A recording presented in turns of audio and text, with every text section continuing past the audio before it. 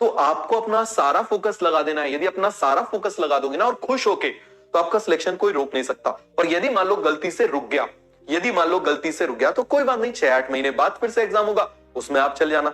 6-8 महीने बाद, 8-10 महीने बाद एग्जाम होगा, फिर चले जाना। आज से 10 साल बाद, 15 साल बाद किसी को ये याद नहीं रहेगा।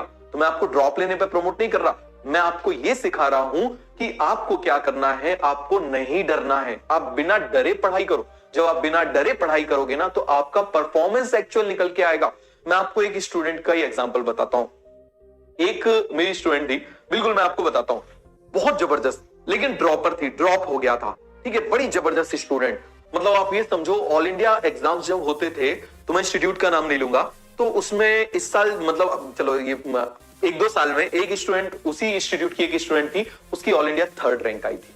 ठीक है, और ये जो स्टूडेंट थी, ये जो दूसरी स्टूडेंट थी, ये हमेशा उससे आगे रहती थी।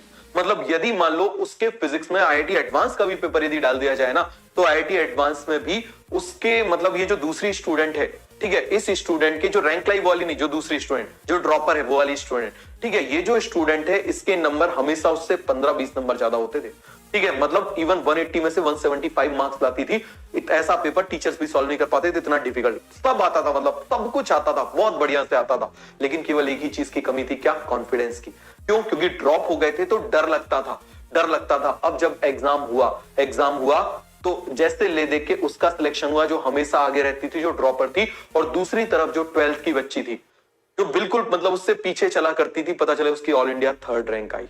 ऑल इंडिया कौन सी रैंक आई? 3rd रैंक आई। तो आप इस बात को समझना, ड्रॉपर्स को इसीलिए मैं हमेशा मना करता हूं कि भाई आप क्या करो, एकदम से बड़ा टारगेट मत बनाओ। हमारा एटीट्यूड होना चाहिए इमीडिएट टारगेट, ठीक है, उसके बाद मिड टर्म टारगेट और अल्टीमेट टारगेट। हमारे 3 तरीके से हमारा डिवाइड होना चाहिए टारगेट। एक इमीडिएट टारगेट, इमीडिएटली मुझे क्या चाहिए, इमीडिएटली यदि 100 नंबर है तो आपको 120 नंबर लाना है, ये आपका इमीडिएट टारगेट होना चाहिए। समझ में आ गया? अल्टीमेट टारगेट, आपने जो कॉलेज डिसाइड कर रखा है वो कॉलेज डिसाइड कर लिया, लेकिन पहले आपको इमीडिएट टारगेट बनाना बहुत ज्यादा जरूरी है, जिसको मैं बोलता हूं कि छोटे छोटे स्टेप बढ़ाओ, एक एक कदम बढ़ाओ। एक एक कदम बढ़ाओगे तो कहीं भी पहुंच जाओगे, याद रखना, हिमालय पे भी पहुंच जाओगे।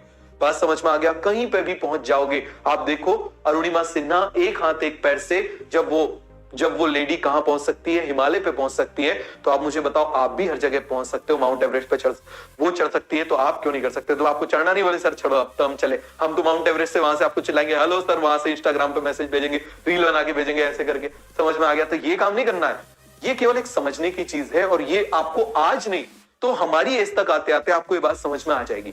आज आप जिन चीजों को बहुत सीरियस लेते हो, आज आप जिन चीजों के लिए अपनी एनर्जी खराब करते हो ना, आज से 2-3 साल बाद आप उन चीजों के लिए हंसोगे, यार ऐसा कैसे मैं करता था। यदि आप मेडिकल कॉलेज में आ जाओगे, अपने आप पे हंसोगे।